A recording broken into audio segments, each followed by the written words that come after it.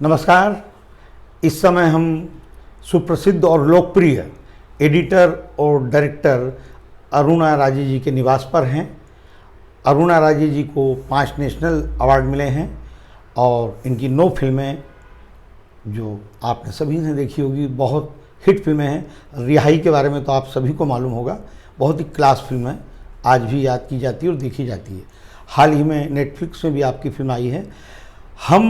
हमें मध्य प्रदेश से कई फ़ोन आ रहे थे कि अरुणा राजे जी जो इस समय डायरेक्शन और स्क्रिप्टिंग का जो कोर्स करा रही हैं उसके बारे में, तो मैं मैडम से मिलने के लिए आया हूं और उसके बारे में जानना चाहता हूं, ताकि हमारे प्रदेश से जो नए बच्चे आना चाहते हैं, मैडम के यहाँ सीखना चाहते हैं, उसके बारे में जानकारी लेने आया हूं ताकि उनको सुविधाजनक यहाँ पर एडमिशन मिले।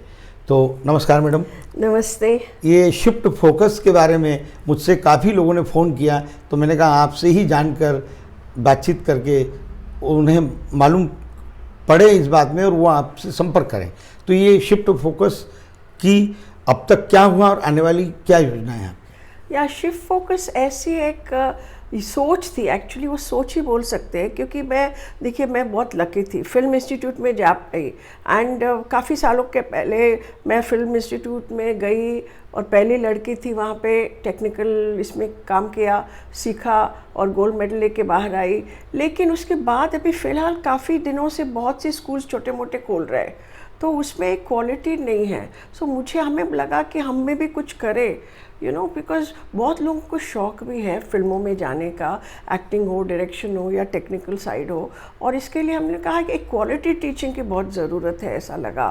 सो हमने बोला कि ठीक है, शुरू कर देते हैं। तो शिफ्ट फोकस उसका नाम है। तो शिफ्ट फोकस का मतलब है फोकस को शिफ्ट करना, हिलाना। जो अगर कैमरा किसी के पास है वो देखेंगे, जब फोकस शिफ्ट करते हैं तो पहले जो चीज़ नज़र नहीं आ रही थी नज़र आने लगेगा। अगर हमारा फिल्म इतना ही नहीं है, it is shift focus a school for cinema and life. अगर आप आपके ज़िंदगी में झांक के देखो, अगर फोकस शिफ्ट करो तो आपको जो चीज़ छिपी हुई है वो नज़र आने लगेगा। सो ज़िंदगी बेहतर बन जाती है। सो हमें क्या है कि लोगों को सिनेमा का भी ज्ञान देना है और ज़िंदगी के बारे में, ज़िंदगी कैसे जीना है। इसका पिछले वाले सोच अलग है। मैं आपको बताती हूँ, अभी सेकेंड वर्ल्ड वॉर के बाद ऐसा लगा कभी जंग नहीं होगा दुनिया में। इतने लोग मरे, इतने लोग बर्बाद हो गए, तो लगा कि नहीं। लेकिन अभी क्या हो रहा है, अभी जंग ही हो रहा है ना, कितने देशों में जंग हो रहा है। तो यूनेस्को ने क्या किया, उन्होंने एक नया एजुकेशन का एक ये निकाला कि ऐसा होना चाहिए, क्योंकि हमारा एजुकेशन क्या बहुत नैरो है, बहुत सीमित है। क्या है, उन्हें 4 पिलर्स ऑफ एजुकेशन उन्होंने क्रिएट किया। तो फर्स्ट पिलर क्या है, लर्निंग टू नो, ज्ञान बटोरना इम्पॉर्टेंट है, अमासिंग नॉलेज। तो second pillar is learning to do. अगर आपको गुजारा करना है, you meant to make a living, तो आपको कोई ना कोई स्किल आना चाहिए। लिखना हो, पढ़ना हो, काम हो, बैंक का कुछ भी तो स्किल आना चाहिए। तो लर्निंग टू डू, हमारी एजुकेशन वहाँ ख़त्म हो जाती है। और तीसरा उनका पिलर ऑफ एजुकेशन है वो learning to be with other people, लोगों के साथ कैसे रहना। अभी देखिए कितने, अभी कोविड के टाइम में भी देखिए कितना शादियां टूट रही है, कितने ब्रेकडाउन्स हो रहे हैं। लोग एक दूसरे के साथ जीना भूल गए हैं, एक दूसरे को कैसे रिस्पेक्ट करना, कैसे प्यार से पेश आना। एक फैमिली में इतने आइलैंड्स हो गए। So that is living. And cinema के लिए तो सब मिलजुल के काम करना है। अकेला आदमी सिनेमा नहीं बना सकता, फिल्म नहीं बना सकता। सो कैसे हम लोग साथ में मिलके काम करें, प्यार से करें। So that is the third pillar. And चौथा पिलर है लर्निंग टू बी। आप कौन हो, मैं कौन हूँ, मैं क्यों हूँ, मैं ऐसा मैं कैसा होना चाहिए मुझे, अगर मेरे को ज़िंदगी फुली जीना है, कि मुझे क्या रोक रहा है। ये सब कॉन्वर्सेशंस लाइफ की बहुत इंपॉर्टेंट है। सो हमने सिनेमा के साथ साथ ये तीसरा पिलर और चौथा पिलर भी जोड़ लिया है। बहुत अच्छी बात है ये शिफ्ट फोकस में। हाँ, जैसे पढ़ाई के साथ डिग्री तो ले लेते हैं, लेकिन वैल्यू एजुकेशन की अलग इंपॉर्टेंस है जो आप बता रही हैं। yes, इसलिए ये शिफ्ट फोकस है। वहाँ देखो जो नज़र नहीं आ रहा है, छिपा क्या है, उधर आपको ज़िंदगी का एसेंस मिल सकता है या कुछ और मिल सकता है।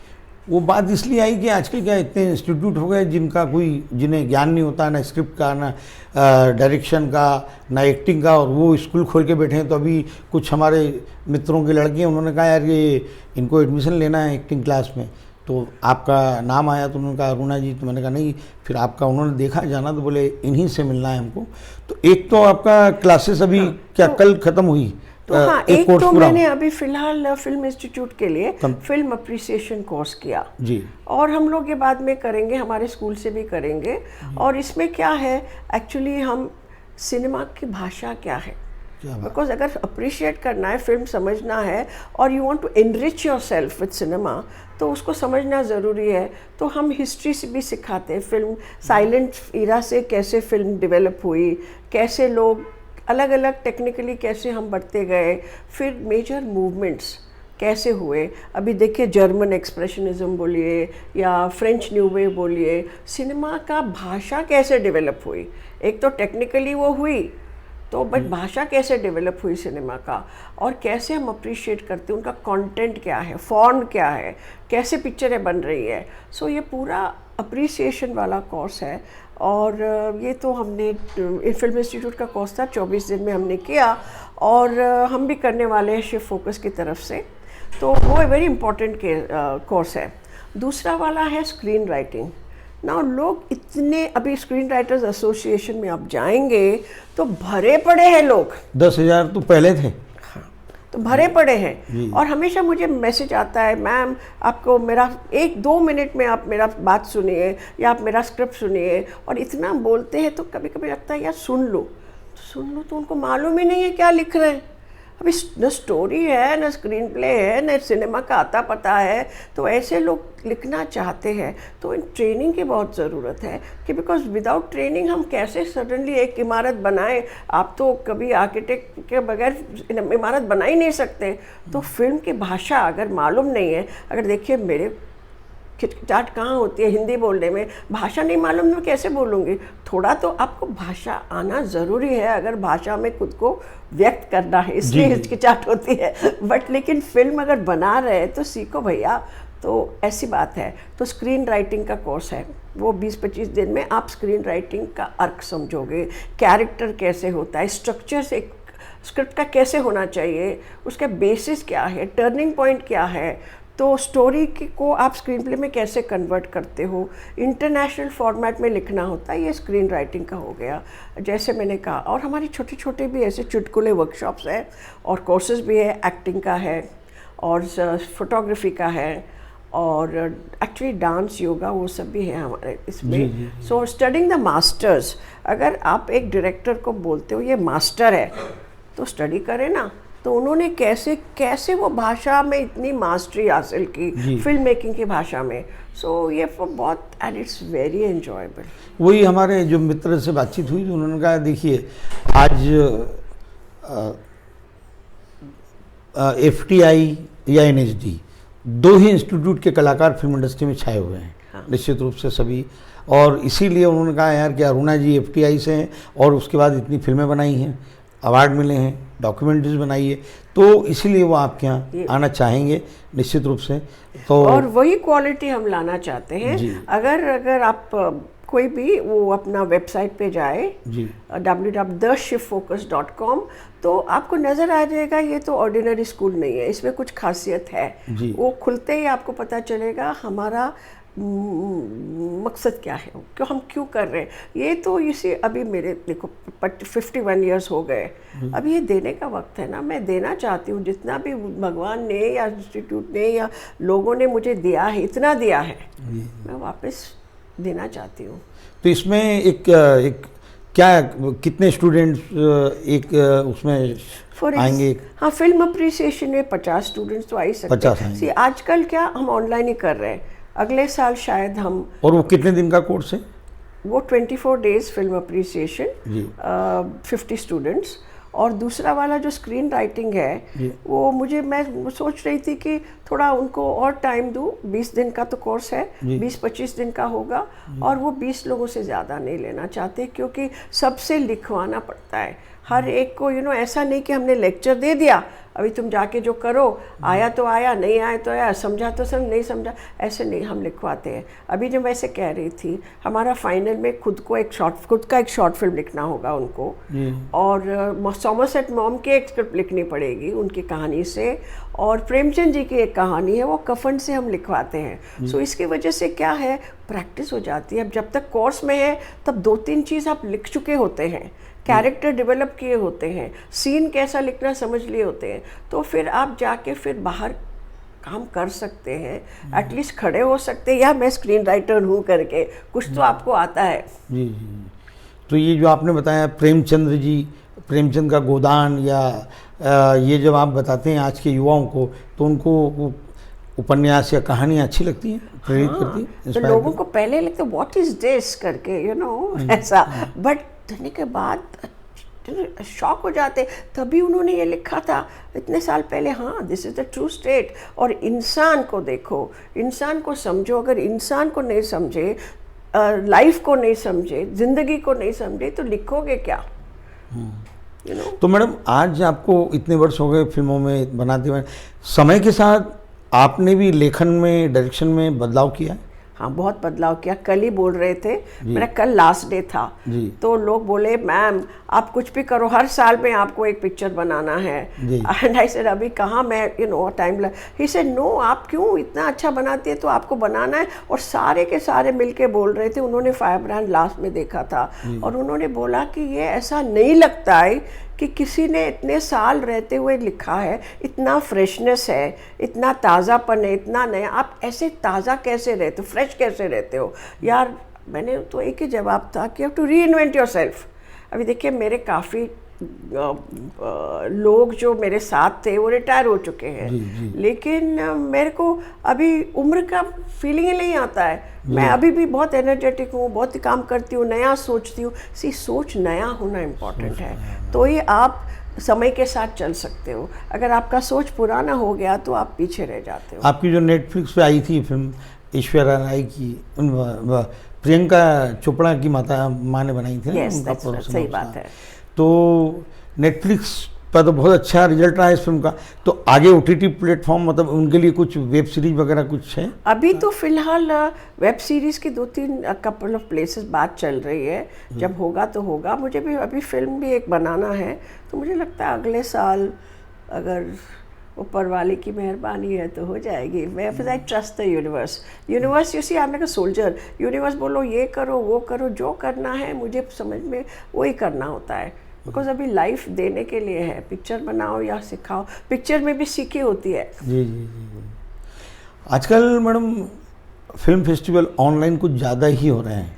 उस फेस्टिवल में जूरी का भी इतना कोई ज़्यादा, जो जूरी मेंबर होते हैं, इतना कुछ बड़ा योगदान होता नहीं है सिनेमा में या डॉक्यूमेंट्री फिल्म में या शॉर्ट फिल्म में, फिर भी ये फेस्टिवल्स हो रहे हैं। तो क्या वो ऑनलाइन होने से, जो पहले फिजिकली फेस्टिवल्स होते थे, क्या वो उस स्तर के हो रहे हैं ऑनलाइन फेस्टिवल? ये तो ना बड़ा एक्चुअली एक तरीके से अगर लोग पिक्चरें देख रहे हैं, नए नए पिक्चरें देख रहे हैं, तो अच्छी बात है। लेकिन इसमें प्रॉब्लम ऐसा है कि कोई भी उठ के आजकल फिल्म फेस्टिवल डिक्लेयर कर देता है। अभी देखिए, एक तो जोक हो गया बम्बई में, एक बोरीवली का फेस्टिवल या मलाड का फेस्टिवल, लोनावला का फेस्टिवल या खंडाला का फेस्टिवल, ऐसे कितने फेस्टिवल करेंगे आप?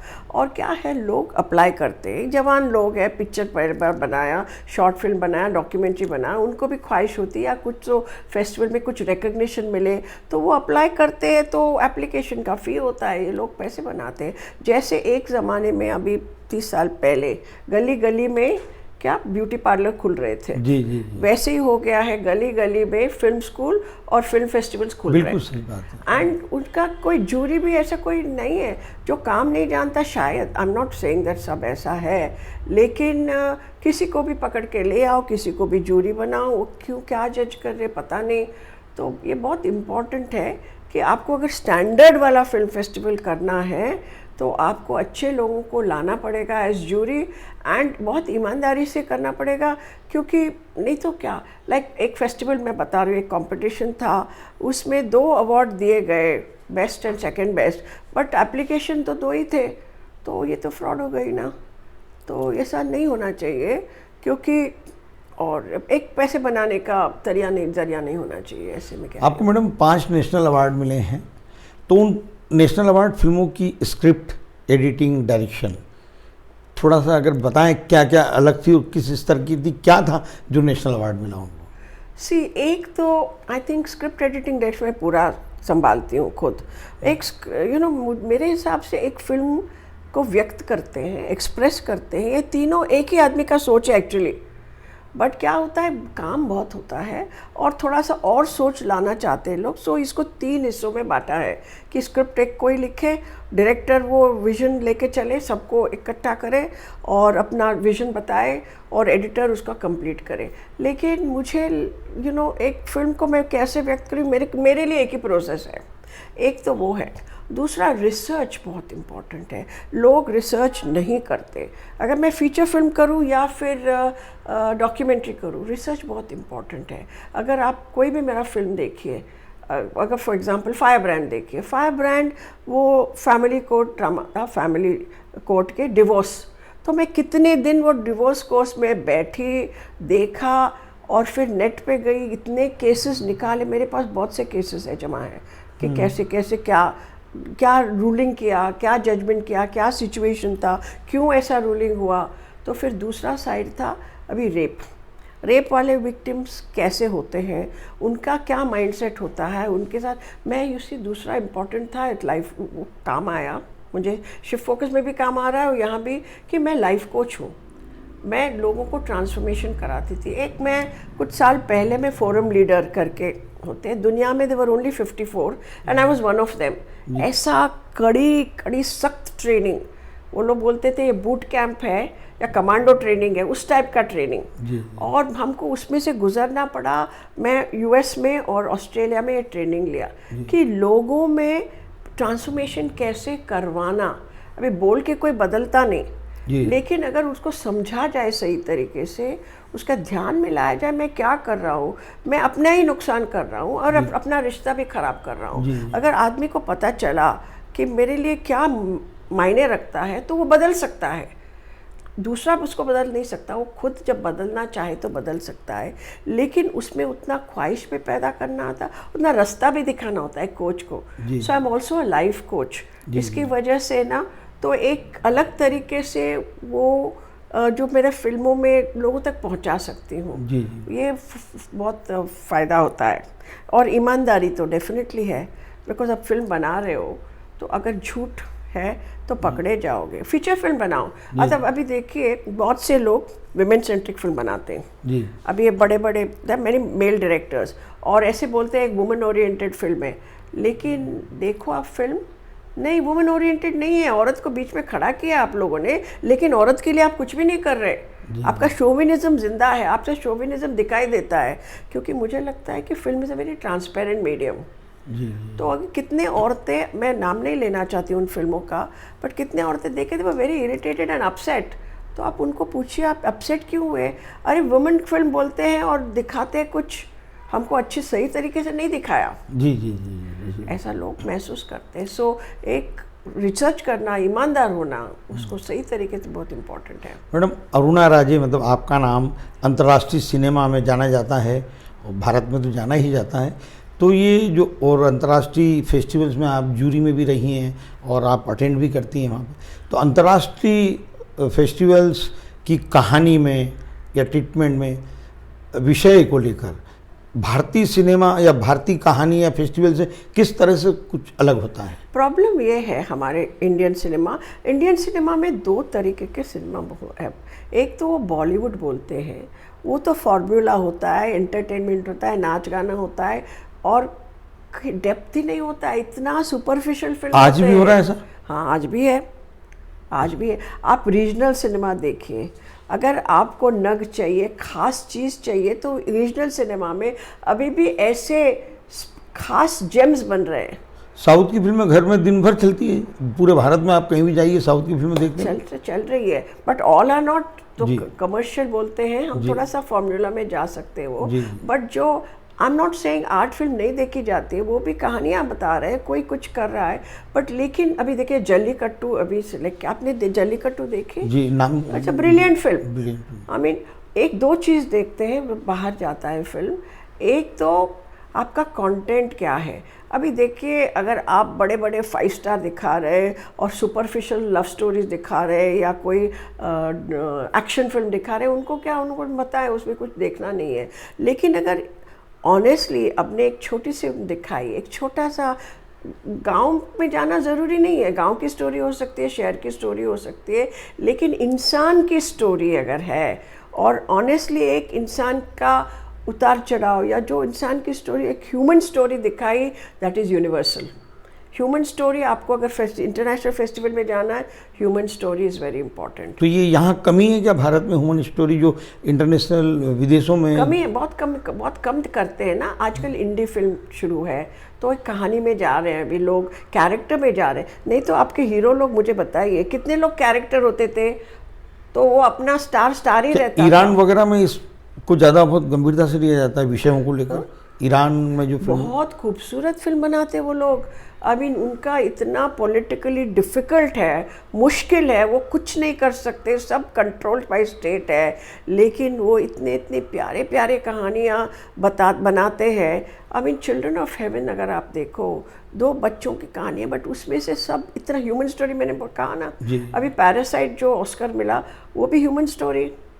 लोगों को कि क्या इंसान का उनको समझना है, लोगों को टच करता है। एंड इट डजेंट मैटर आपने केरला में फिल्म बनाया या बंगाल में या महाराष्ट्र में, लेकिन और उसका नाम कुछ भी नाम हो, इंडियन नेम हो, इंडियन गांव हो, इंडियन हो, रहन सहन हो, लेकिन वो थीम यूनिवर्सल बन जाता है जब इंसान की कहानी होती है। सो एक इम्पॉर्टेंट ये चीज़ है। और दूसरा वो देखते हैं कि उसका मेकिंग में क्या फ़र्क है। सिनेमा एज एन आर्ट कैसे डेवलप हुआ, एक कंटेंट की बात मैंने की। दूसरा फॉर्म है, अगर नया फॉर्म आप कुछ लाए स्टोरी टेलिंग का, तो वो डेफिनेटली आप वेलकम होते हो ये इंटरनेशनल फेस्टिवल में। सो आइदर फॉर्म में कुछ अलग लाओ या कंटेंट में कुछ खास लाओ, तो फिर आप वेलकम हो। अगर घिसी पिटी वही कहानी का, तो किसी को इंटरेस्ट नहीं है। आपने बताया फिल्म क्लब भी आप शुरू करने वाले, वो क्या है? हाँ, फिल्म क्लब शुरू करने वाले हैं। तो ये हम फिल्म लिटरेसी, जैसे इंस्टीट्यूट का भी यही सोच है, फिल्म इंस्टीट्यूट या फिल्म लिटरेसी बढ़ाना चाहिए, लोगों को फिल्म अप्रिशिएट करना सिखाना चाहिए। सो हम हर वीक में एक फिल्म दिखाएंगे और उसका 2 घंटा डिस्कशन होगा वीकेंड पे, सैटरडे मॉर्निंग। और वो सैटरडे को हम टेक्नीशियंस ले आएंगे, अलग अलग फिल्म डायरेक्टर हो या कैमरामैन हो, या उसमें क्या खूबी है, क्या कैसे कि फिल्म देख के देखा जाए, वो भाषा कैसे, भाषा मालूम है तो उसका जूस, उसका रस पता चलेगा ना। ये दूसरे इंस्टीट्यूट नहीं कर रहे हैं, मुझे नहीं लगता कर रहे हैं। या दिस इज सब लोग नहीं कर रहे हैं, कुछ लोग कर होंगे, बट सो इनिशियली हम लोग सोचा कि हमने पहले 3 मंथ्स फ्री करेंगे, फ्री, और इसके बाद we will have it membership, free membership for 3 months. उसके बाद then it will be about 500 rupees a month, which is nothing. हम भी ज्वाइन करेंगे। हाँ, आपको तो आना ही है, आपको हम नहीं छोड़ेंगे, आपको आना है, आप बहुत एंजॉय करोगे, ये तो मैं प्रॉमिस करती हूँ, निश्चित रूप से, वेरी वेरी एंजॉयबल। जी। चलिए मैडम, तो धन्यवाद आपको। Thank you. तो आपने सुना अरुणा राजे जी को, और भी कई मित्रों के या उनके बच्चों के जब फ़ोन आते हैं तो मैं अब ये वीडियो उनको दिखा देंगे ताकि और विस्तार से उनको जानकारी मिल जाए। तो धन्यवाद अरुणा जी। Thank you.